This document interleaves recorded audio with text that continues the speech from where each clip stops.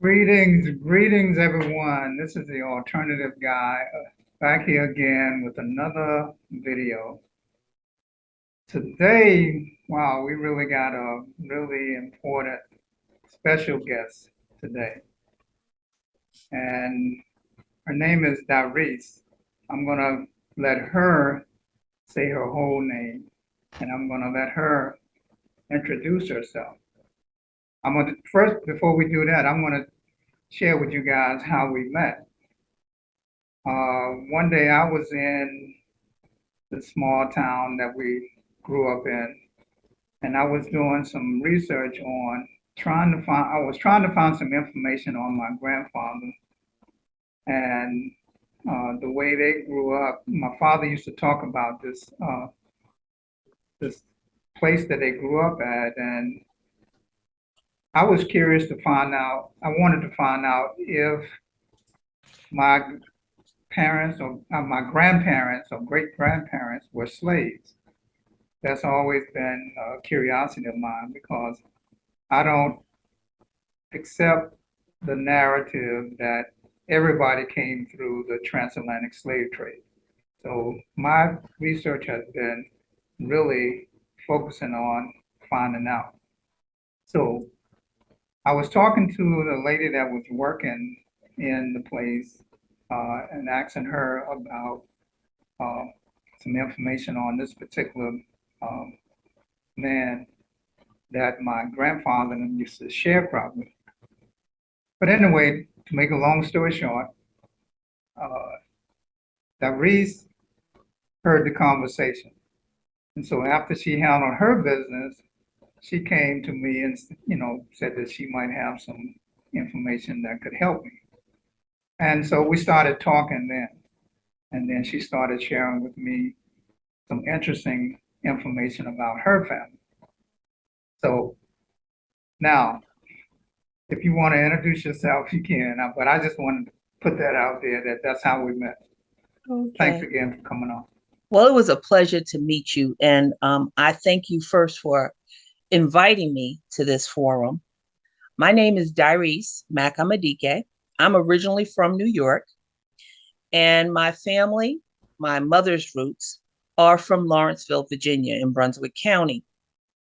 And I had the pleasure of meeting him as we spoke, and as he just recently spoke. And we started talking about different things about genealogical research and going back. I started my research because once my mom passed, 2 years later, my father had a set of twins. And due to the fact that I'm old enough to be their grandmother, I said that they need to know our family. And I wanted to make sure that they knew who their cousins, who their aunts and uncles were, because I had the privilege of having my grandparents, my great grandparents. And I knew a lot of the history because I'm the oldest grandchild. And I was just afraid that they would not have that information. So I started documenting the relatives. And I have a great amount of history. I first started with general conversations with family, talking to my aunts and uncles, talking to my grand aunts and uncles, that most of them now have gone on. But um, then I started going through obituaries because my father kept a trail of obituaries from 1965 on. And in those obituaries, I found out things that we don't even talk about, like who had what kind of job, what kind of occupation this person had, what kind of education they went to, what schools did they go to. And it confirmed so many other things. So in my searches, I originally started with ancestry.com because that's one of the larger um, genealogical sites. And I was able to get a lot of history there. Then I started using my heritage. I like my heritage because you can share it. For the first thing, it's not as expensive because Ancestry charges you for a certain amount of relatives. So after you get 500 documented on your page, you start having a higher price. And I used a lot of other things too. I used census records. I found the census records to be one of the best things because it traces the actual address that the family lived in. Then it shows who was in that house. So we had cousins who were raised because for example, my my grandfather, Jesse Thomas, who's from the Brunswick County area, but he was born in Dolphin. He and his siblings, their parents passed before he was 13 years old, and he was one of the oldest of 9 children. So they were all dispersed between their aunts and uncles. Because of the census, I was able to find that this uncle had these children, that aunt had these kids, and they were raised in those homes. And we were able to trace that. And it was confirmed that they were actually the niece because it tells you. Mm. It also tells you another thing that's very important, the race of the individual. And sometimes we were listed as Black. Sometimes we were listed as Negro. At some point, we were listed as colored.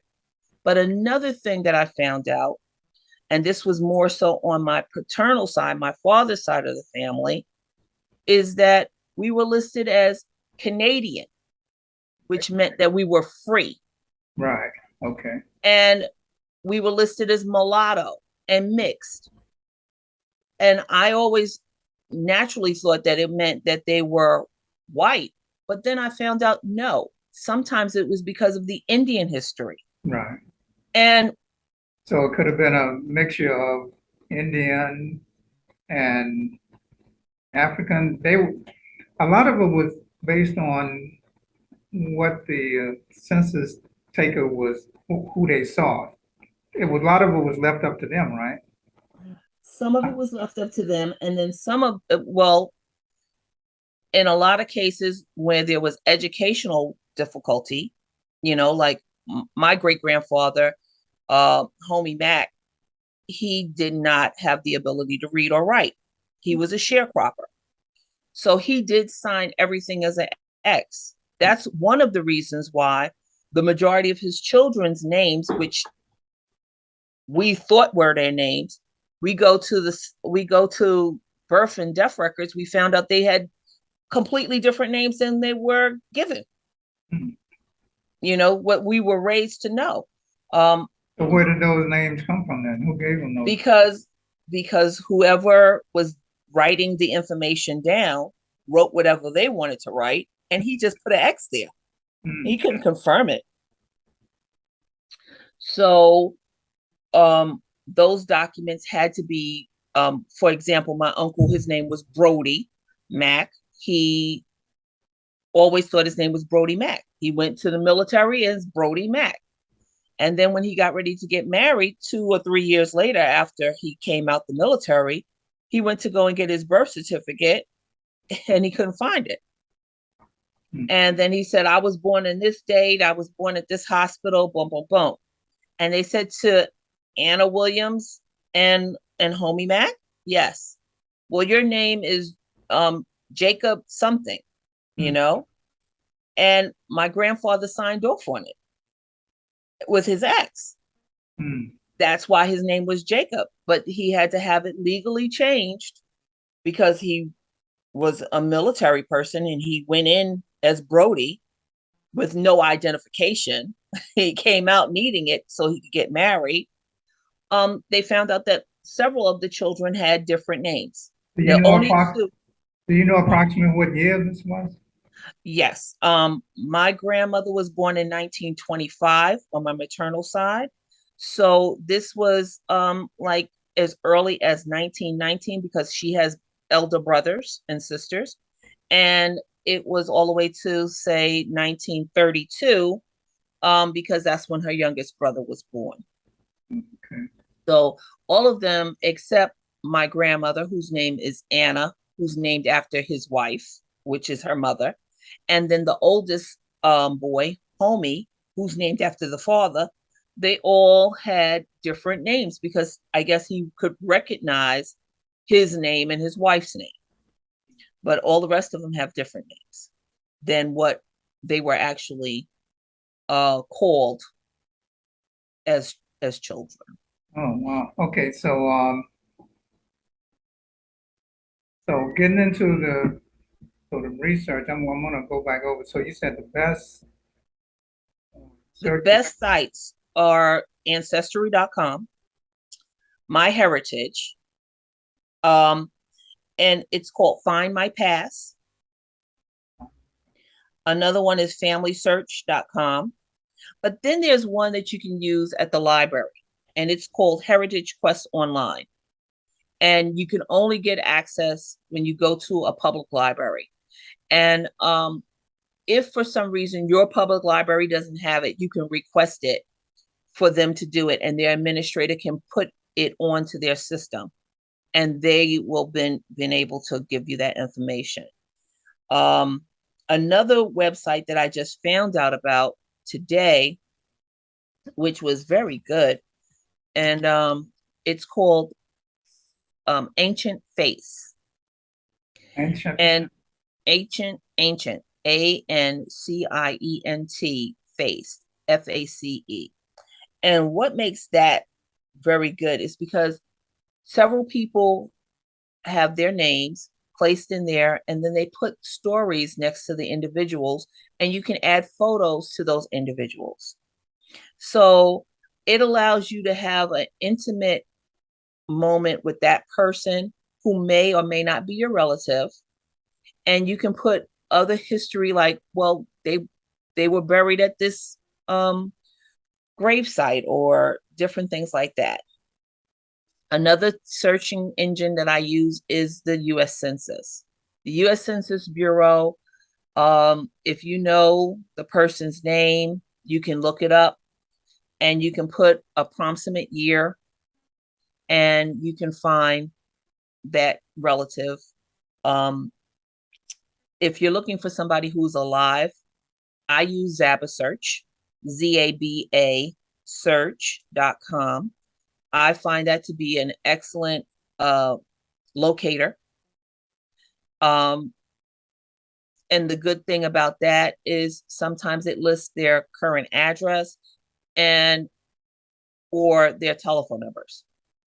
And I every so often look up and see if I'm listed there. Or and then another thing is you can see if somebody is looking for you there, because I have some relatives that were in foster care, and I was able to find some of their family members because I went to that search, and we were able to post, because they do let you send the person a personal note without them exposing their real telephone number or their real address. So that's another good thing.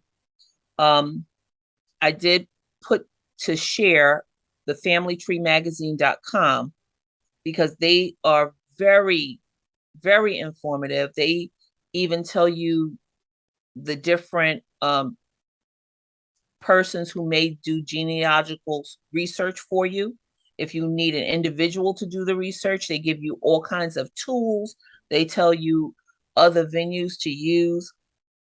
So it's very interesting what we have now. We have a lot of tools to find family members, and even the grave sites. And that's another reason why it's good to have the obituaries, because it will tell you what grave that person has been committed to. And once you know where they're committed to, you can find out and walk around or go to a virtual grave. And they have billiongraves.com. They have Find My Grave. People ask for you to take pictures of the individual headstones for them, and you get to help someone else find their relatives, because a lot of times when you have somebody in a cemetery, they usually put more than one person in that family in that area. So it's very good. So how do you feel about like the Freedmen's Bureaus and stuff like that? I used the Freedmen's Bureau for my personal search because my great on my maternal side, my mother's mother, her grandfather, Benjamin Brown, he was the founder of one of the founders of Pleasant Hill Baptist Church, which is still standing in Lawrenceville, Virginia. It's 159 years old, the church, and is still in existence.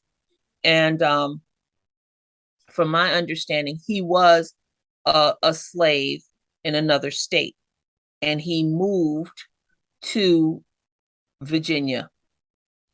And I was trying to get more information on him because they're saying his name was Brown.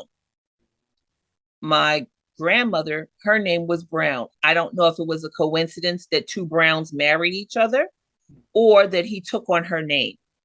And that's where I was trying to uh, figure out and try to get more information on. And I went to the Freedmen's Bureau to get more information on it. And they were helpful, but they were not able to identify if that was his real name or whatever else.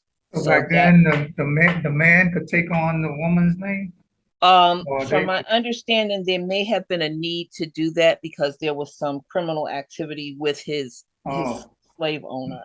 okay. So he and then another thing is that when slaves would migrate, they had the option to keep their last name from the last slave owner or the last home that they resided in, or they may choose to take on the name of the new owner. Sometimes it was required to take on the name of the new owner. It depends on who owns you and what they set up for you. If they tell you your name is no longer Jim, it's no longer Jim. You're now going to be called Sam because they don't want you to be called Jim. So it was a lot of different things that took place that we're not quite sure. I was trying to get information on the records of the slaves far as Benjamin Brown goes, because he was considered a slave at that time. He was educated though. He had extensive reading abilities, um, and he had drafting skills because he's one of the people who actually laid out the plans for the building of Pleasant Hill Baptist Church. And they purchased that land and that property for $7, which is a lot of money back then. So 159 years ago, that was a lot of money. And So how much are you aware of the servitude? Because some of them were indentured servants that became slaves too, right? yes, and that's the thing. There's so much blur on that. Right. And the reason being is because we don't actually have real documentation on those things because it was illegal to do it. So they didn't document it properly. A lot of things were not documented properly because it was not it was not to their interest to do that. It's just like you sitting down saying that I perjured myself, and then you go to court and you say I'm an honest person, and you have on record that you perjured yourself. You Right. you don't want to do that because now everything that you said is going to be held with a voice of suspicion. This is the same thing with them taking those kind of records and saying this person was an indigent person. I'm supposed to only have them for 7 years and let them go free, and or they were able to buy themselves out. You don't, because you're actually giving up your property when you say that. Right. You know, we came with a cost, and You that had you cost, had a lot of manumission taking place back then too, right? And before emancipation supposed to have taken place, you had uh, manumission taking place too. You familiar with manumission? No, I'm not. Well, that's when the slave owner or the slave owner could free you himself. If he felt like Oh, yes. if he felt guilty about it, or if he was getting ready to die, and he Yes, said, they would put that in wills. yeah, They would even will you out, say, well, right, you know, and this is the most famous one that I know of is Thomas Jefferson. right, Thomas Jefferson said to his common law wife, Sarah, we have these children. I'm not going to free you now, but when I close my eyes, I'm going to have legal documents stating that our children, they're all free, and y'all are going to get a certain amount of land, and y'all going to get a certain amount of this and these other things. And these arguments are still being held now. And, because nobody wants to give up the money or right, the freedom of it, the power of it, I should say. right. And that's where the problem lies now, is that a lot of people in the Thomas Jefferson family, quote unquote, are still going through, where do I fit in? It, you know, it's all right for you to claim that you're his grandchild or his great grandchild, but we don't want you to get the money. We don't want you to get the other things, but you could say you're his grandchild. Right. Heritage causes all of this. And unfortunately, this is one of the reasons why we need to know where we come from. That's exactly, yeah. We need to know more about us. Right. And it's so true. Um, Author Ernest Yorba, he's the author. He says, to know your past is the way to know your future. And where it lies the strength of the stem and of the fruits of the branches, this is where the roots are. And it's so true. So many of us do not know our roots. We don't have no idea, because so many things has been mudded down, watered down, and just told incomplete or totally wrong. Right. You know, everybody knows. Oh, I got a little Indian in my family. Oh, they got an idea. I got a little white in my family. When you do these DNA tests, you find out you have a lot more white in your family. You find out that you have a lot more Indian in your family, because when they do the breakdown, they tell you where you're from. And surprisingly enough, you'll find out even that you have those beautiful roots in Africa. And you'll find out what tribe sometimes you're from, what part of Africa, because everybody's not from West Africa as believed. There are a lot of people from the Congo, which is Central Africa, and because a lot of West Africans had slaves that were from the the the central part of Africa, because they were slaves minding slaves. And so what they did was they would get rid of their own those people from Central Africa, so they wouldn't bother with their own people. And it's a false belief that, oh, everybody's from West Africa. No, we're not. Not everybody came from Africa. And what Some, about what? I don't mean to cut you off, but what about wasn't some of the dark Native Americans being sent out of America too, yes. to some of those places too, right? Oh, yes, definitely. So it wasn't just Africans coming in; it was dark Native Americans going out. Going out. Right. Yes. And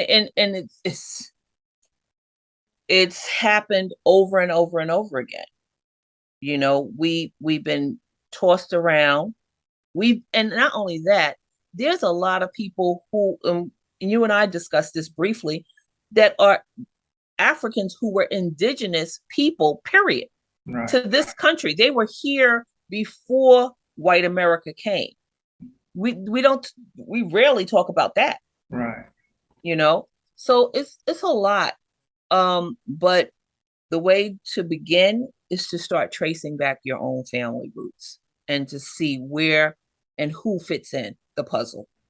Well, I think some of it has to do with if you say everybody came in through the transatlantic slave trade, then it's like you don't really have a real connection to this land here, and they don't owe you anything, you know. But if you can connect back to here, then that means that you're indigenous to this land, so they took your land, so they owe you. Oh, yes. So if you came in on a boat, we don't owe you nothing, you know. And Well, I think that that's the story that they're no, trying to get all of us to buy. no. It's just that, you know what it is? At the end of the day, they don't want to pay because there's too many of us to pay. Right. When they finally was able to whitewash and kill off enough indigenous people, and I'm talking about the Indians, when they were able to do that, then they said, "Oh, we're going to give you some money. We're gonna give you a school for free. We're gonna do these different things." Okay, but they don't want to give us our 40 acres and a mule. Right. Okay, which was promised to us almost 200 years ago from Abraham Lincoln. Okay, these things, they do not keep their word. Right. Okay, It might and have it's been very Sherman, though. I deliberate. think it was Sherman. Hmm. I'm trying to see whether it was Abraham Lincoln or Sherman, General Sherman. Was it General Sherman? May I've misquoted? On the 40 acres and a mule thing. Yes. I'm not sure, but we'll find out Yeah. for sure Well, on we'll find out. And that. Right. but the thing about it is, there was a definite promise, Right. regardless. Right. And they're doing everything and then some. They have produced many of things to try to kill us Mhm. off, one way or the other, through through syphilis, doing tests with the syphilis. We are known to be stronger. Right. And I'm not trying to be, you know, I'm not, I just would like people to understand that when you don't know your history, you will fall for it. And this is the saddest part of it all. We allow so many things to happen again and again and again because of forgiveness. And I'm not saying don't forgive, but you should not forget. You Right. should always try to remember where things have happened and how things have happened, Right. because we don't pay attention to what has happened in the past. Mhm. And one of the things you need to know is, even through genealogy research, let me just go back there. I was able to find out illnesses that our family has had. So I have coded that, this one had diabetes. This one had, um, high blood pressure. Now, mind you, some of those things are because of genetics, but some of it, and I believe most of it, is diet related. Right. Because once you change the diet, you can get out of that same generational curse in one generation. Mhm. Unfortunately, a lot of us do not want to do anything different. And this is just the conviction of being a human being. We just don't want to do anything different, um, as long as we like it. Well, But just, we want the easy way out, and we're always relying on somebody else to do it for us. yes. So But that's the big problem because it's just we just don't want to do any uh, self help. yes. We're relying on everybody outside of our own community to save us, and that's not going to happen. If we haven't figured that out by now, I don't think we'll figure it out. Yeah. Well, it's really the best to try to keep ourselves above and try to know where we're going. Um, what I did on my site, on my family tree, I added also the type of jobs we've had. And the reason being is sometimes you have certain occupations and you think that, oh, it's not going to get any better. I remember one of my uncles telling me, and he was so bright. I was like, well, why didn't you go to college? He said, I couldn't go to college. I couldn't afford it. I couldn't afford college. And he said, I wanted to go to college. And I told the teacher that I wanted to be a lawyer. And he said, the teacher said to him, you know, you should be a garbage man because that's what your people do. You don't see any black lawyers around here. And where was And it at? Where was that at?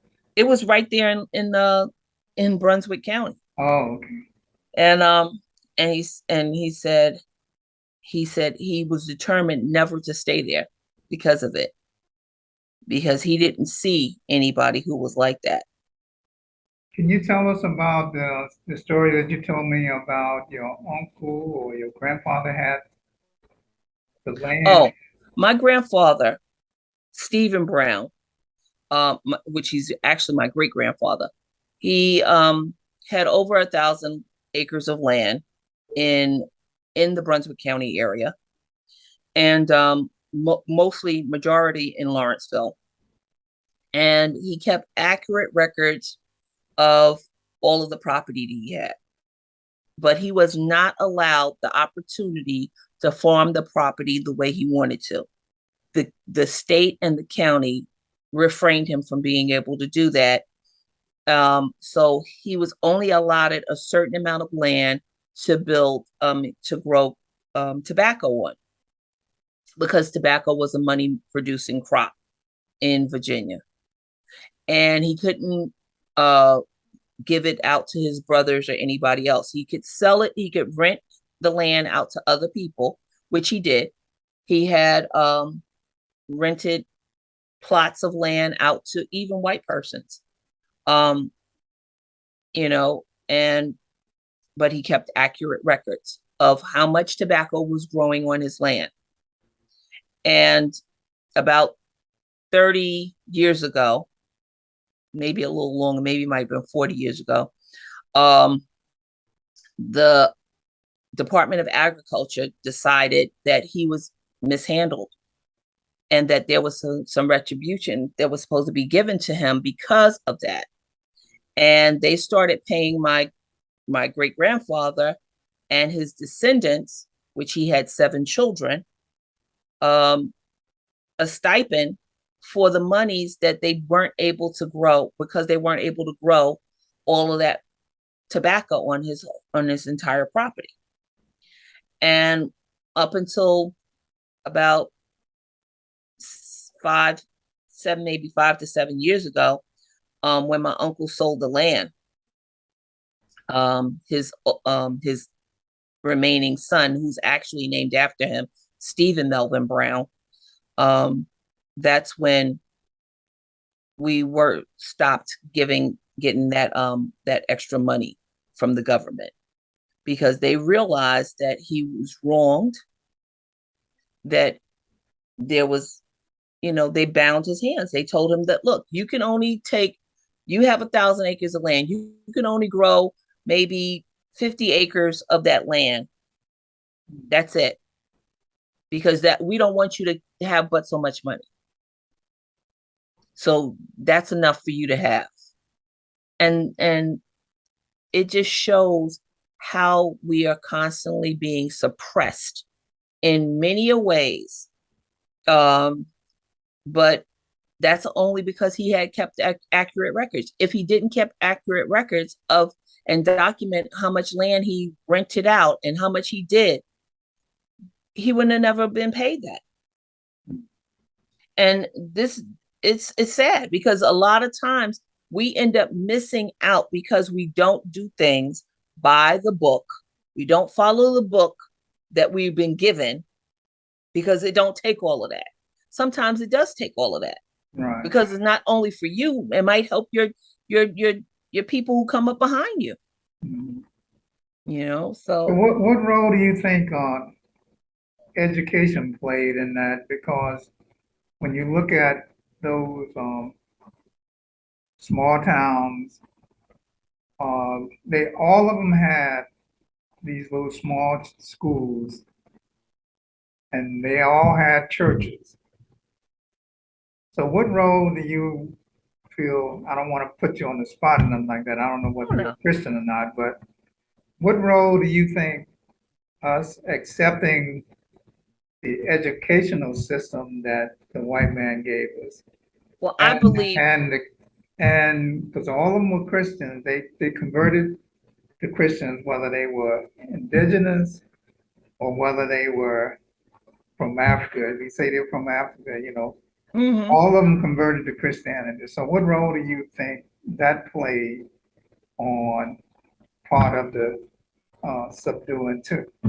Well, I believe, and I am a Christian, and I believe that it has been very stifling because they speak as a Christian, but they don't live like a Christian. Okay. Because for the For first thing, for the first thing, you don't bind another man. You don't have that right to bind another person if you're truly a Christian. If you're truly a Christian, you're not trying to get over on another person. You're trying to help another person. But they use those tools to keep us suppressed and say that even when you read different quotes in the Bible, they're talking about, oh, you're supposed to submit to your master.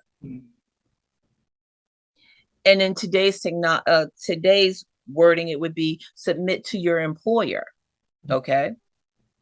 But they don't go by the complete wording because it's not just submit to your master. Your master is not supposed to do certain things to you either.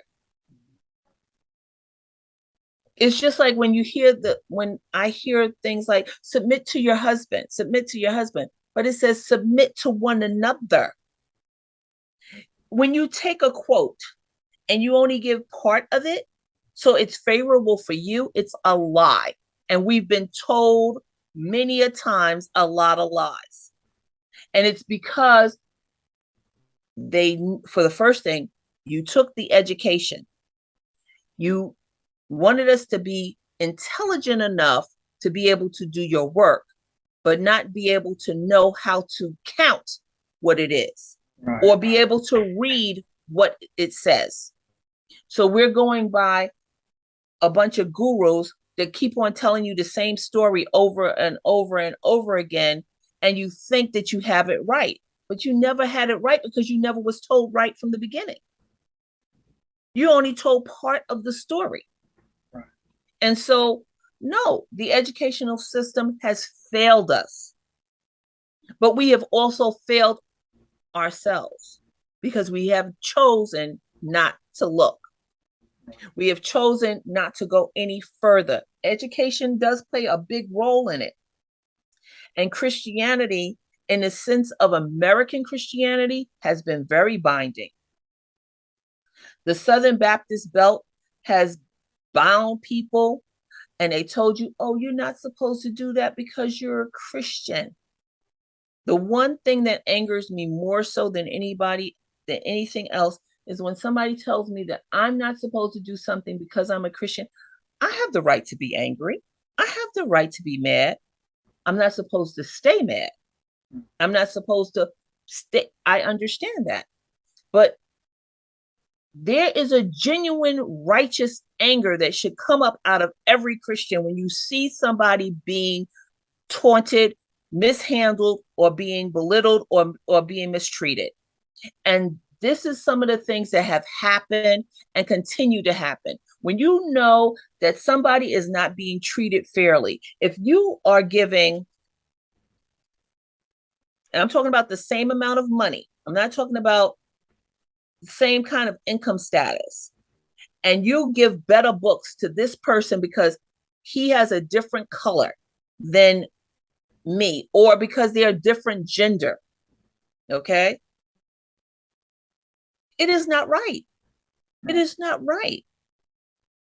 But as you asked, I don't believe it has been fair. In my grandfather Stephen Brown's case, he was educated. He did know how to read. He did know how to write. That's why he was able to keep very, very good books. But on my paternal side, they were sharecroppers. They did not have education. It was very minimum. And there was a lot of things that he didn't have knowledge about. So the objective is to learn their system and And hold them accountable to the right, system. and use it. Well, not, I want to say use it against them because they put it in place, Yes, and most of us don't even know that one of the ways that they got the upper hand too was when they came, they brought their laws with them. yes. Everything is with them is centered around laws, Hmm. and they put all of this stuff in place, and that's how they keep us in check with their law. No, but this is what happens. Sadly enough, as soon as we enough of us start learning the law, And they they change. make amendments to the law and they change it. Right. This is the whole thing.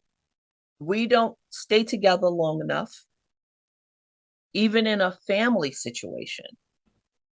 And that's your first grouping, is to be with your family. And we don't sit with each other and say, we might disagree right now with each other and say, well, I believe this, you believe that, respectively walk away.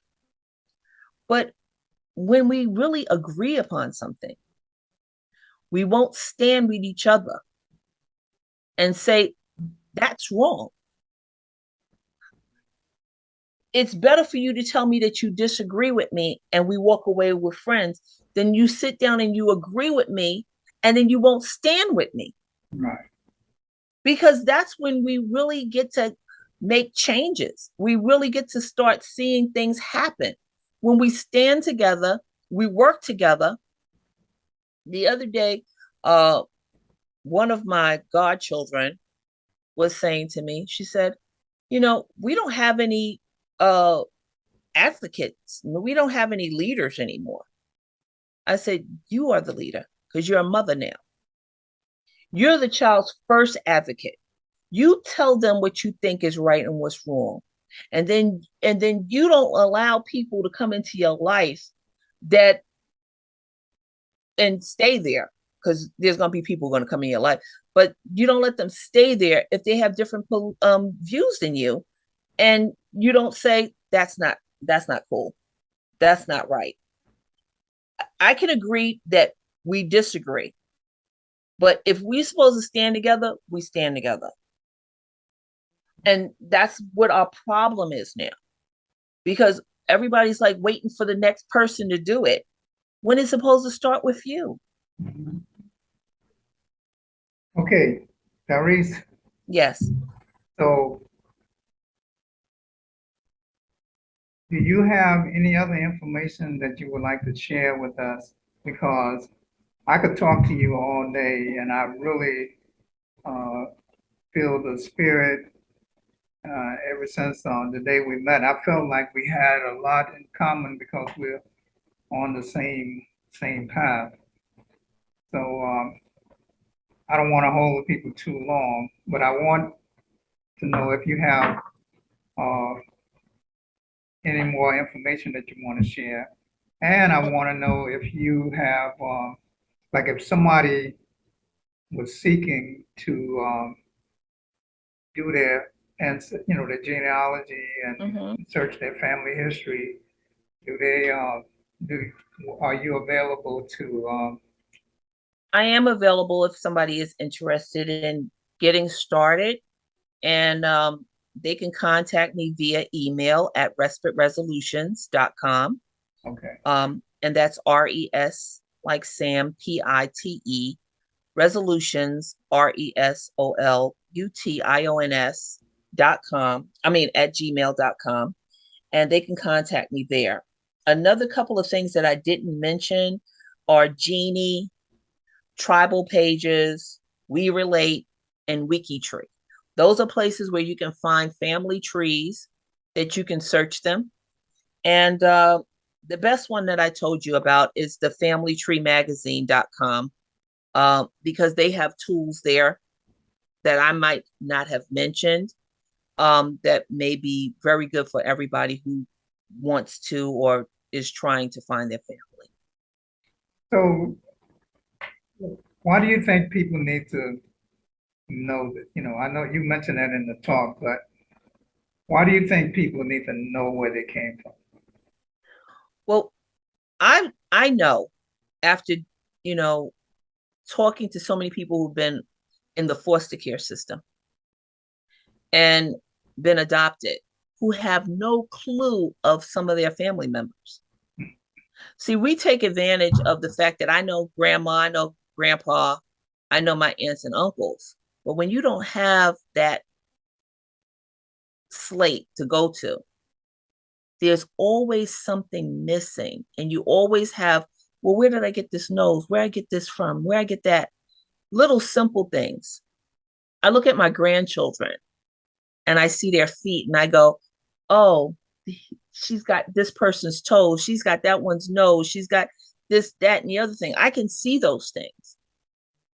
And I have enough knowledge of my family and I can see where I come from. When you don't know where you come from, you can only imagine, but it leaves you with a sense of lost.